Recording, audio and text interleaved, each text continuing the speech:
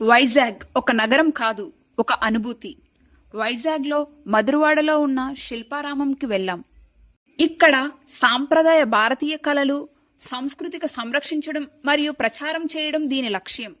విభిన్న పదార్థాలతో శిల్ప ఉద్యానవనం, మట్టి, రాయి, ఫైబర్, స్క్రాప్ వస్తువులతో తయారైన శిల్పాలు ప్రకృతి ప్రేమికులకు ఆకర్షణీయంగా ఉంటుంది.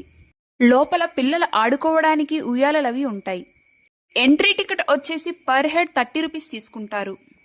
రిలాక్స్ అవడానికి ఈ ప్లేస్ చాలా బాగుంటుంది అండ్ మనకి ఫ్రెష్ ఎయిర్ దొరుకుతుంది. చాలా పీస్ఫుల్గా ఉంటాం ఇక్కడ.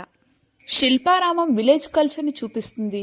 అప్పట్లో చెట్లు, ఉయ్యాలలూగడం. Shilparamam preserves and promote traditional Indian arts, crafts and cultural heritage. శాంతమైన వాతావరణం నాకైతే చాలా బాగా నచ్చింది అండ్ నేను చాలాసేపు ఎక్స్ప్లోర్ చేసా. అండ్ అక్కడే జానూస్ వాటర్ పార్క్ కూడా ఉంది. పర్ హెడ్ అడల్ట్కి వచ్చేసి 350 అండ్ చిల్డ్రన్కి వచ్చేసి 300.